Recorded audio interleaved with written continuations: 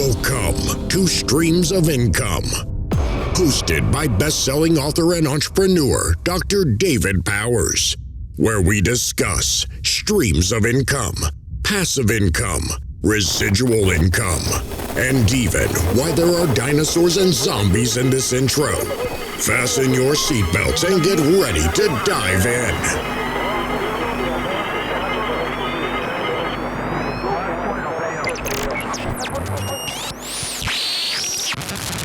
All right, hello, this is Dr. Dave, and welcome to the next episode of Streams of Income podcast. And my guest, Chris Niemeyer, is an amazing guy. It's kind of weird. Chris, you're part of the what I call the Dan Miller Alumni Club. Some of my best friends in the world come from that alumni group, and it's weird because I don't think you and I have ever met in person at Dan's house or anything. So I've got a lot of Dan Miller friends, but I haven't met a lot of them in person. I'm even in mastermind groups with some. And so it's nice to finally meet you, at least digitally in person. We've talked a lot, but not like this. And one of these days we'll have lunch. But that's right. Go ahead and tell me a little bit about yourself. And if you want to kick it off, since I referenced Dan a little bit, how did you know Dan and his influence on your life, that kind of thing? Oh, man, there's a whole podcast episode right there. Well, thanks for having me, David. It's a pleasure. And yes, you're right. Dan has connected so many of us. I've seen you and seen all your activity online for many years. So good to connect here. And like you said, we've called and text and messaged here and there over the years. But it's fun to connect here. Hopefully later in Florida this year. It sounds like maybe we'll get together. Yeah. But yeah, I mean, when I introduce myself, I'm like, hey, I'm Chris. I'm a real estate investor and business coach. That's really what I do right now. But more than that, I'm a father of four, been married 23 years, love family and just the freedom and the flexibility that business provides to be engaged there and to kind of be all in within the family, unit. I think that's I know it's a passion of yours as well. And so that's just one thing where I'm super engaged in and want to make sure that anything I do in the business world can feed what I want to do as a husband, as a father, even their entrepreneurial adventures, which we'll probably get to later. But yeah, I've had a interesting career, a lot of different journeys. Had one job for 4 years, and I'm 44, so I've basically been an entrepreneur for most of my life, and and love that. I met Dan through a friend who my brother. So I was. Take a step back. My first business was a missions travel agency. So we were an online travel company specializing in mission trips, and then we expanded into trips for schools. We did study abroad programs, large group travel. And so I had a number of agents that worked for me across the country, and we were just very engaged in that, religious 501c3 and those. Well, my brother at the time was living over in Uganda and working for Bob Goff. You may know the name Bob Goff. Author. Are you fixing to do a Jared connection here? That's right. Yeah. So it's ILEA. Man, right. Bob Goff is like, his books they have a permanent place on my shelf. It's amazing. Very cool. Yeah. Yeah. So John, my brother, was a student of Bob's at Point Loma Nazarene in San Diego, where we both went to school. And Bob just challenged him and said, hey, why don't you take a trip out to Uganda, see what you think? Maybe you want to do a gap year. And 5 years later, he was living full time in Uganda, being his country director there. But during that transition, he was passed off that role from ILEA, who's Jared's wife. And so, long story short, at some point during that time, Jared and ILEA became serious. She said, hey, my future in-laws want to come over here and take a trip and visit. And so I got this introduction email to a Dan Miller, who was just a name and an email address in my inbox at the time, and served them well. I think did another trip or two for them. David still had no idea who he was, what he really did. I mean, literally, I was just kind of that fast-paced, moving business where it's like, I'm serving this guy's needs and on to the next person. Well, he we ended up developing a relationship. I looked him up and I was like, oh my goodness, this guy's written a few books. He's kind of known for a few things. And next thing you know, we expand into doing large group travel on cruise ships and doing seminars at sea and conferences at sea. Well, he called me and said, hey, you've served us really well in the space of our travels in the past. And would you do our cruise group? We're thinking about taking the 48 days community on a cruise and doing a conference at sea. And so I said, sure, absolutely, we would do that. And at the 11th hour, the cruise got kind of big, and he calls me up I think it was about 10 days before the cruise left. And I was still in Oregon at the time. Cruise is leaving out of Fort Lauderdale. He says, boy, I don't know if you consider this, but we had someone drop out, and would you consider coming on the cruise with us, just sort of being our chaperone and kind of the cruise director, if you will? And I said, sure, I'd be happy to. Talk to my wife about it, gave me, the blessing to do so. And so I flew out there, and David, probably like you, when you first met Dan and kind of got in this world, it was like sipping through a fire hose, just boy, these people and what I'm learning. Michael Hyatt was on the cruise. I think Aaron Walker was a speaker, Rory Vaden, a few others, Wow. and they're giving out books. And I would have said at the time that I would lean toward professional and personal development. This was a whole new world for me, and so that sparked the start of that relationship. So sorry for the long answer, but that was No, a that's story to awesome get because there. I had no idea you were Dan's cruise guy.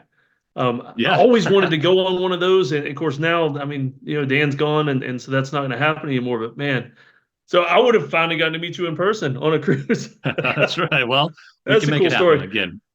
Yeah. So you did the travel thing. So now your real estate investing is your main thing. So what's the journey from travel company, the streams of income there? I mean, but answer the hard question first, though. Did you ever try any multi-level marketing companies? Because a lot of entrepreneurs like me, we've got those in our past at some point. No, never did Good. multi-level. No, Never sold timeshares, no multi-level. none of that. Plenty Yeah. of friends that did and tried, and I've been to many parties, let's just say that, Oh, and never, I just never wanted to go down that road. So gosh, boy, it's been an interesting journey. So my first career was actually in politics of all things. oh, I actually ran a large PAC, a political action committee in Southern California, but it yeah. was representing the business community, so the business interest of politics. So now that I'm out of it, I can kind of say it this way, but it was kind of your rich Republican fat cats, right? It was Yeah. the guys with the big checkbooks that would fund campaigns and lobby to a degree on certain fiscal issues. And so I So was you the worked for president of that the group. Illuminati. Yeah, yes, felt like a time maybe. But I was around all these great business guys. I mean, to be on this board as a board of directors, about 20 businessmen in the Southern California area, you had to be a decamillionaire. And that's part of one of the requirements. And Wow. so these were big business guys back in 2000, 2001. And as kind of their political hack, running the show and asking for big checks and connecting candidates and elected officials to these movers and shakers, I quickly realized after a few years, well, I'd rather be one of them than stay in the political world. Yeah. Because I'm out and getting to hang out on their yachts and go play golf at their country clubs and just interesting. But I was learning so much as a young 20 something, as a sponge around them about business, about operating businesses, about ways to invest and alternative ways to invest that a lot of Americans aren't really known as much. And so as I made that transition, one of my mentors, who I'm still in touch with to this day, he said, you can make a good living in three different main verticals in this world. One is real estate. So go be be the top real estate broker, be a developer, own a construction company, whatever, but invest in that vertical. Secondly, would be in the markets, in the financial markets. So go run a hedge fund, go be the top financial analyst, go, top 10 financial advisor in the state, whatever, and make sure you're investing in that vertical. And then thirdly, and he said, I think this is where you are probably bent right now at your age, is to become an entrepreneur, own and operate a company. Yeah. And so find, kind of like Dan, right? We talked about passions. Find what you're maybe passionate about, at least what you're interested in, what you're good at. And so my wife and I had that literal kitchen table experience of like, all right, let's put some into a napkin here and say what are we interested in? What are we good at? What do we study? Where do we personally maybe spend a little more money than most people because we've got curiosity in this area. Yeah. And that's where travel came up. That's where we both been involved in missions. And so we ran with creating this concept of a mission travel agency, and learning about building a business online, which was, Yeah. this was 2006 at the time. So pre-social media. That's the olden Um, days when dinosaurs still roam the earth. that's right, man. That's right. I mean, we had, it was funny when we knew this is the direction we wanted to go, and I hadn't given my notice yet. It was like, all right, we got to save up, save some money, get a runway to make this transition. So our date nights would be, a very cheap meal at home, beans and rice or whatever, and then we'd run out to Barnes and Noble and we'd go, all right, I'm going to the internet marketing section, and you're going to, yeah. And we just sort of cobbled, stuff together. And so fast forward over those years, we grew. It was all about relationships and then online business, visibility, and served clients well. Started hired employees, kind of built up a team and an organization. And in the back of my mind, that mentor was there who said, if you choose one of those three categories, make sure you're always reinvesting profits in the other two. Yeah. Build a solid, three-legged stool, if you will. And so we started buying rental properties, I think, in 2011. So we got fortunate on timing. 2011, Yeah. 2012 was kind of the bottom. And so bought a couple every few years. And then really right around the time I met Dan, actually, was when I also got invited to participate in a program called Goldman Sachs 10,000 Small Business Initiative. And Wow. it's this kind of prestigious thing that it's a year-long program for an entrepreneurship degree, really, through Babson College up in Boston, where they share the same staff and faculty as Harvard and MIT, but Yeah. 100% of their staff owns and operates a business. So That's it's not normal for business school. not at all. And that's why for 26 years running, they've got the number one entrepreneurship program in the country. Yeah. Wow. So that opened my eyes into scaling the business to a degree. That's when we started the cruise business as well and hired more employees and all that. And then I got certified as a business coach because I'm like, man, I love what I'm doing. People are asking me, at church or elsewhere, like, hey, can I pick your brain about X, Y, and Z in terms of business and then in real estate? And so kind of made a business of that. And that was another new stream of income, was to do business coaching. And so that's just kind of evolved over the years until we get to COVID. And then maybe I'll pause there. And that's like kind of the cliffhanger of, Yeah. I had a travel company that was going great and real estate and business coaching. And then boom, COVID hits. Oh man. Yeah. So as far as real estate goes, I mean, we follow each other on Facebook, and so I see a lot of the news you're talking about. Tell us a little bit about the variety of real estate. I mean, it's not just single family homes, long-term rentals. I mean, tell us a little bit about like maybe where you've got stuff, what kind of stuff. Yeah. It's been, there's so much within real estate, so many verticals you could go to within to diversify, which is one thing I wanted to do. And so, we started with single families and over in the West Coast when we were there in California, and also in Oregon when we lived in Oregon. Moved out here to Florida. I'm in the Tampa Bay Clearwater area now in 2018, and utilized a great opportunity called a 1031 exchange within real estate, where essentially you take a property or multiple properties, but you take a property, and let's say I sold that house for about $400,000.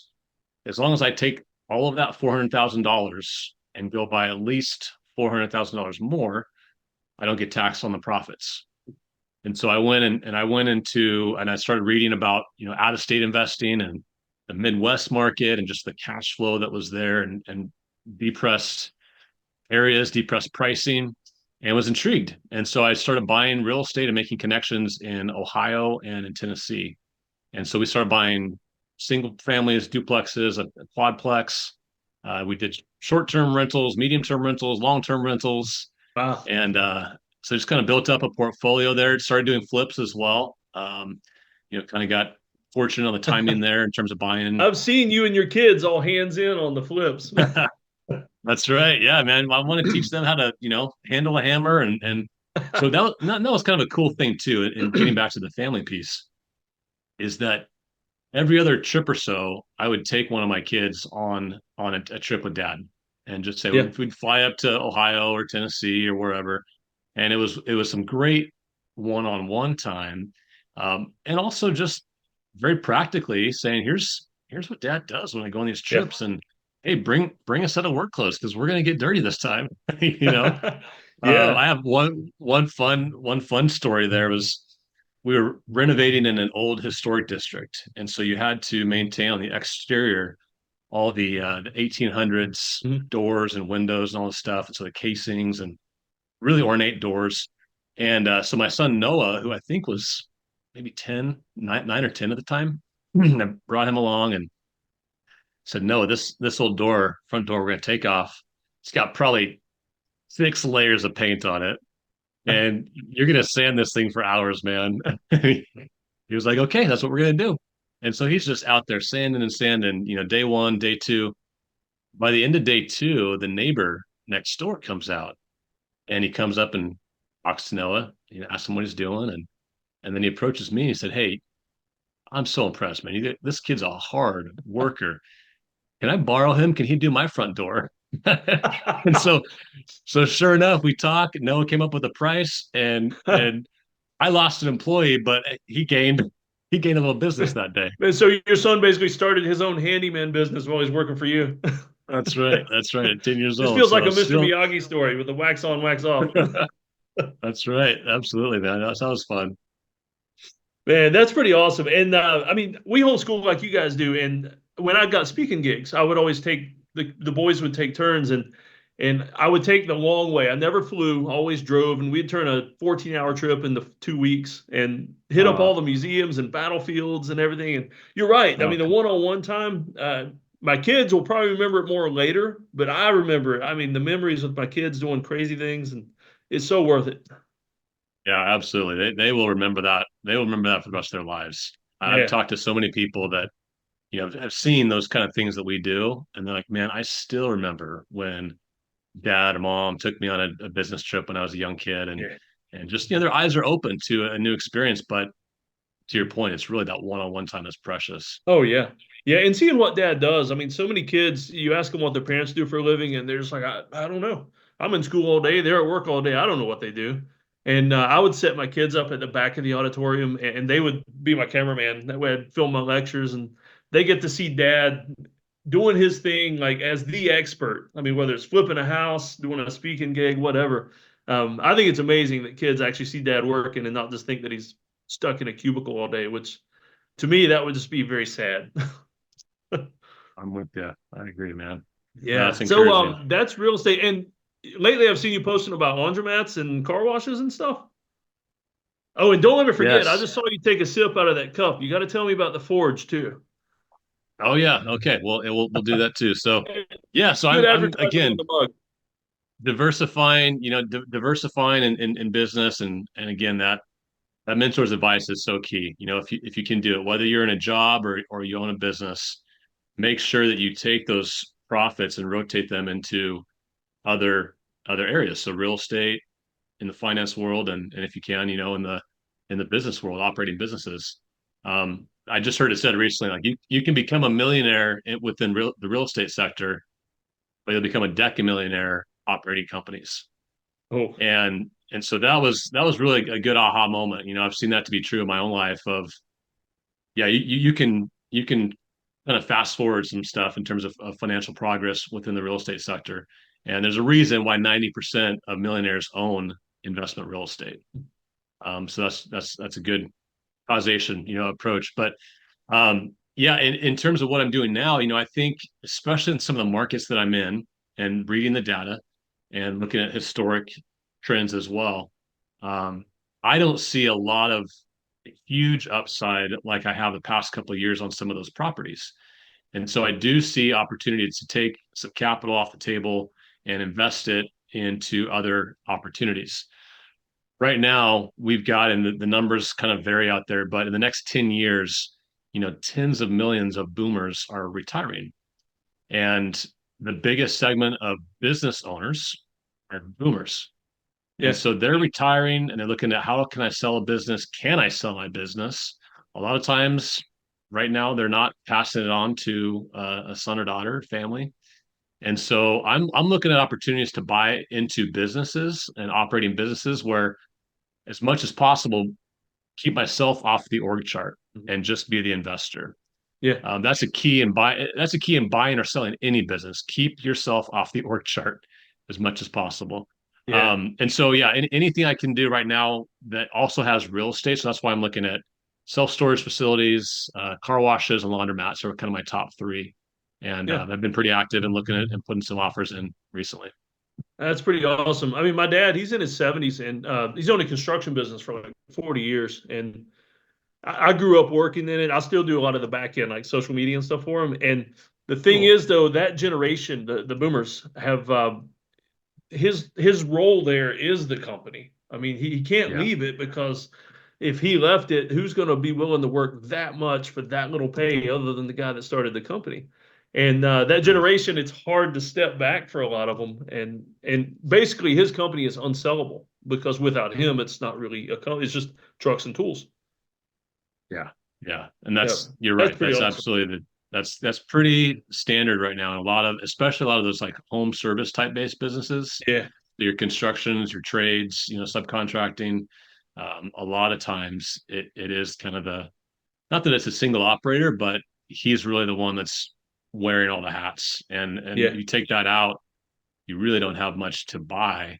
Um, and so I'm trying to find opportunities there where there's already good structure in place, there's good processes, good people, and it's truly just more of a fairly passive, as you know, there's not a whole lot of truly passive incomes out yeah. there, but there are opportunities to really be in that Robert Kiyosaki quadrant, right? To really aim to stay in that investor. Yeah. Yeah. You as soon as you mentioned owning a company to become a decamillionaire, I thought of his quadrant first thing. Like, what is it? Investor, employee, self-employed, and then business. Business. But Yeah. you're not the business. It's the business, and you just own it. Yeah. Because if you are the business, then you bought a job, right? And Yeah. so you want to try to stay at that as much as possible. So Oh yeah. yeah, Man, so we've covered a lot, and so I guess next segment, the cup you're holding up has the forge on it, and that's right. I sat in on one of your meetings that you guys invited me to, and it's pretty awesome. So go ahead and tell me about the forge and what's Yeah, going on thank there. you. Yeah, so again, I've been a certified business coach for a number of years, and a good friend of mine, Michael McGreevy, we've been running together. Met through Dan Miller many years ago.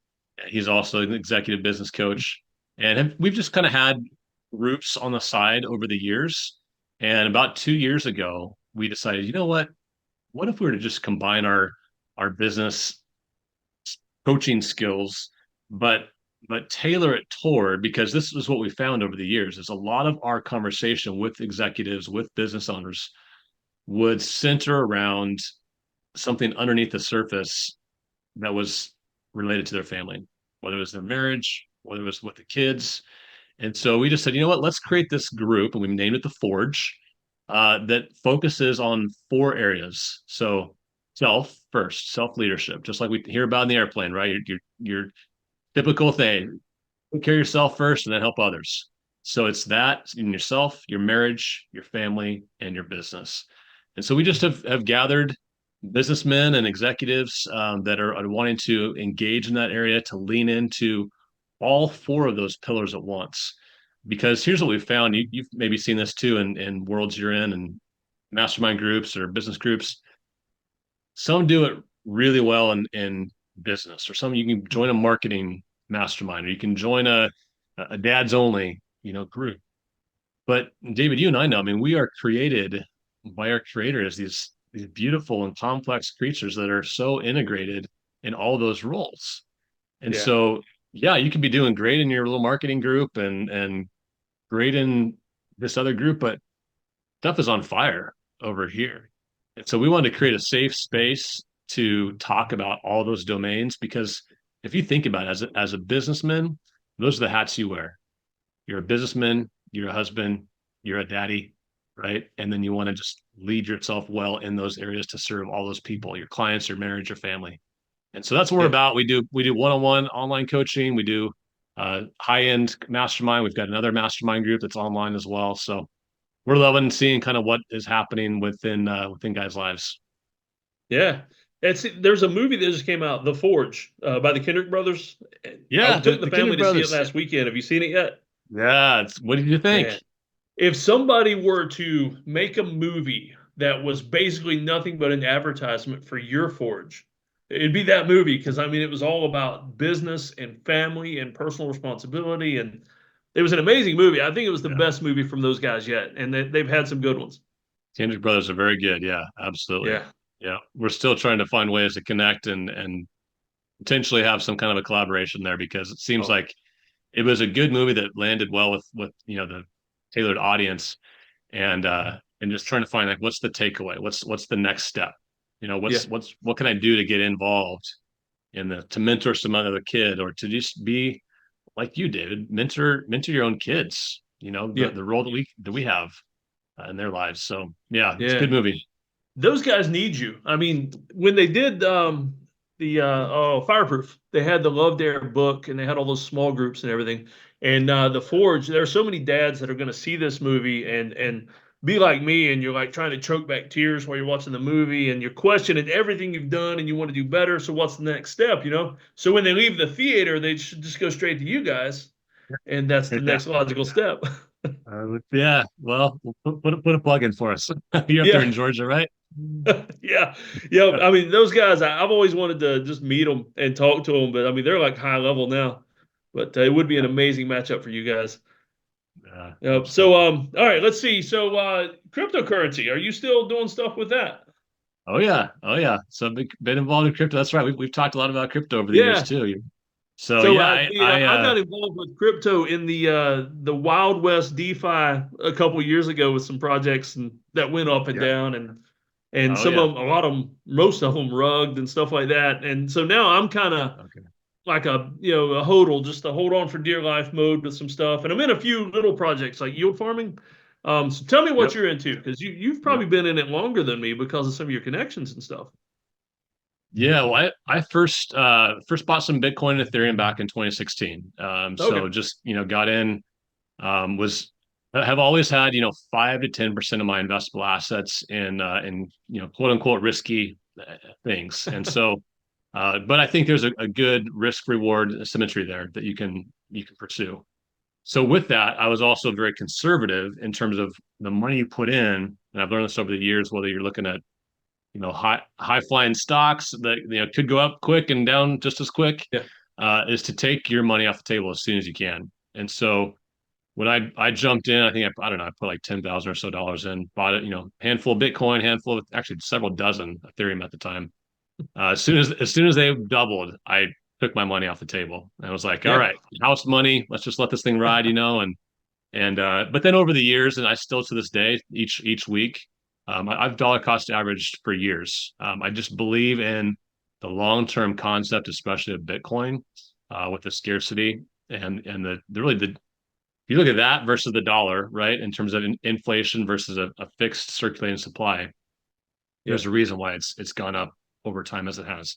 Sure, there's going to be hype. Sure, there's going to be huge swings, and as there has been.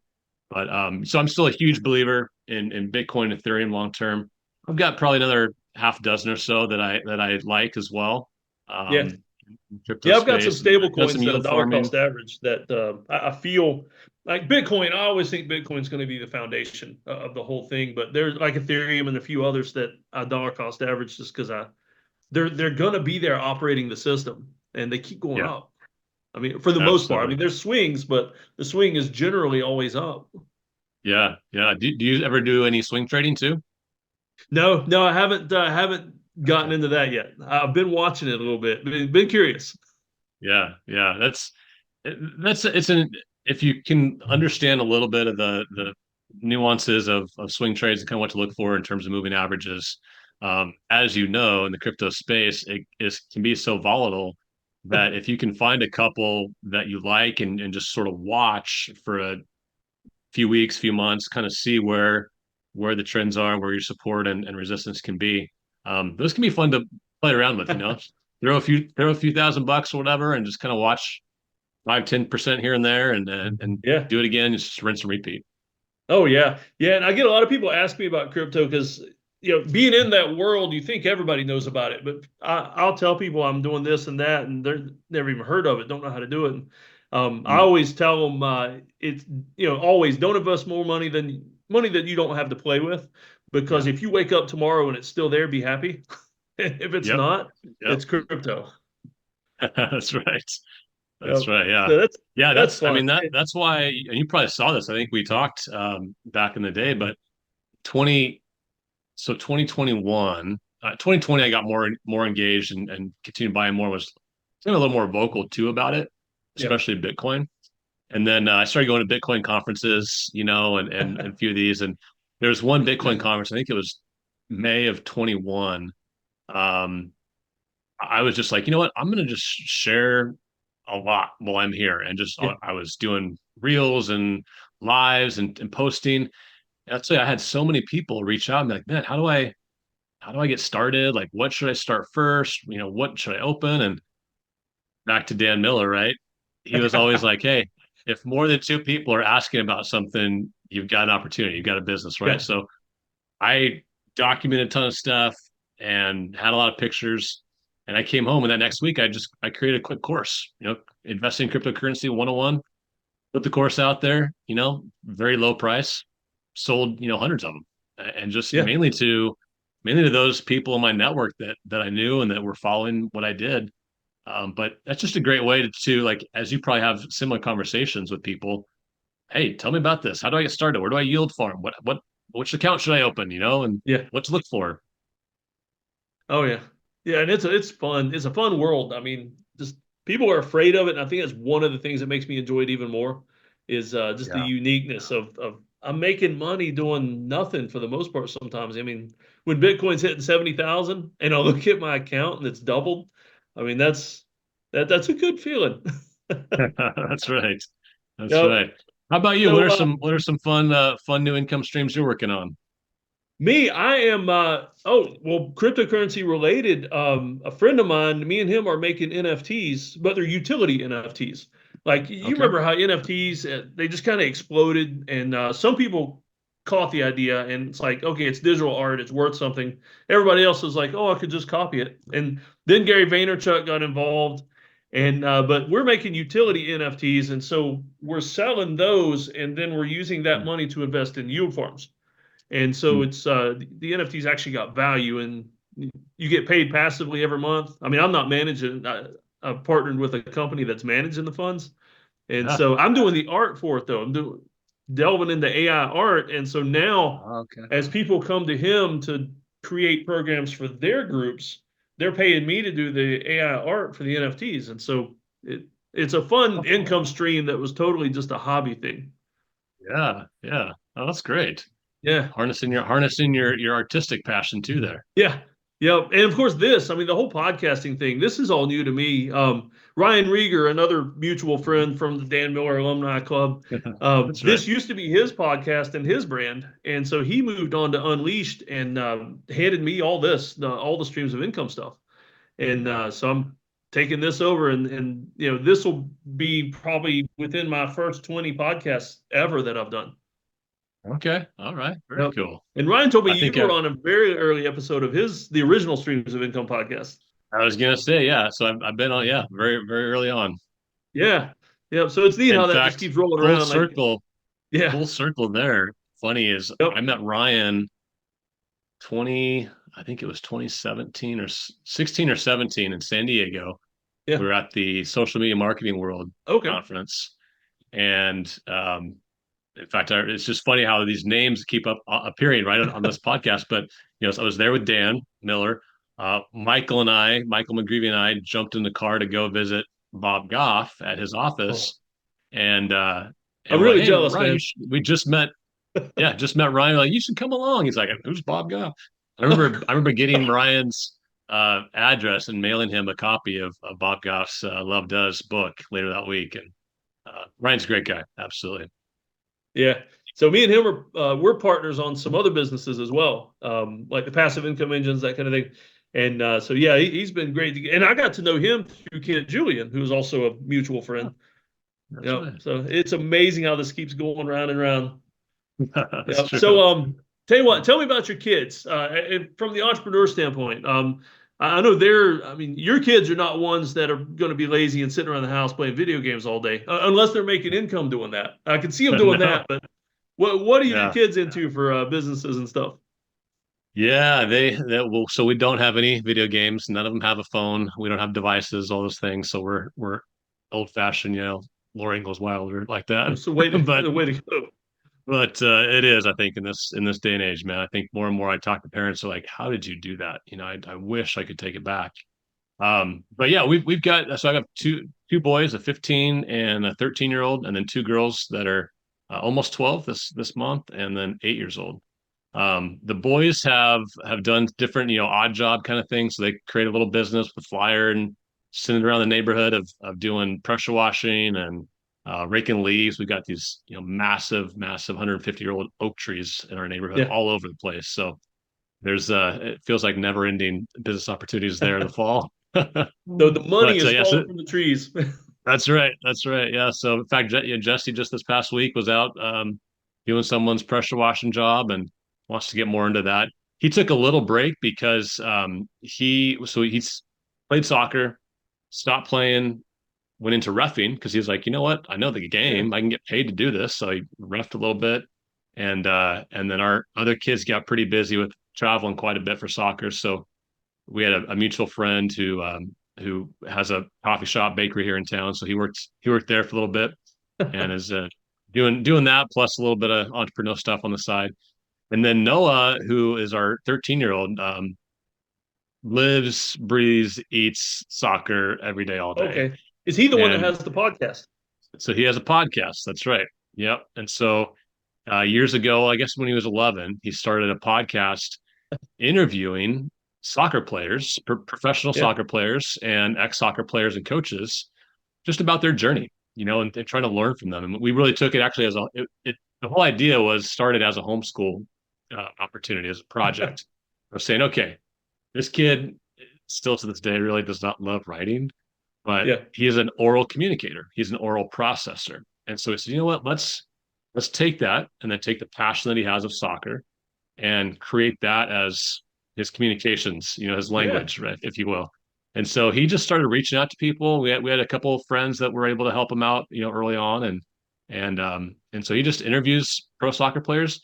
And what's cool is, and you know this with mutual friends we have, is how your net worth is connected to your network, Yeah. right? And think of that from 11, 12, now 13-year-old boy who has all these connections now from Major League Soccer clubs across the United States now, and USL and MLS, guys that are playing or that have played and now are coaching at different Yeah. levels. Who knows? Who knows what kind of things could happen as a result of those type of relationships? And so we're trying to fan that flame, but hold it loosely too with everything else going on. Yeah. Man, that's pretty awesome. So what you may want to start doing, like the Bob Goff thing, is having your son send house keys to Ronaldo and Messi and some of these other guys and say, There come you on go. by, you can stay at the house, but the deal is you got to sit for an interview. Yeah, that would be Yeah, great. Yeah, that's awesome. he's working on his hopefully hoping to get his first like Premier League soccer player, which would be a huge. Oh man, We'll you see. guys are in a good area too. I mean, you never know who might be coming through that area for other pro sports or coming to see the Buccaneers play or something. Or the Buccaneers, Yeah, are they still in Tampa Bay?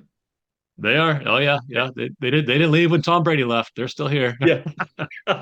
Yep. All right. So coming to the end here, I don't want to keep you all day because I know you're a busy guy doing a million things.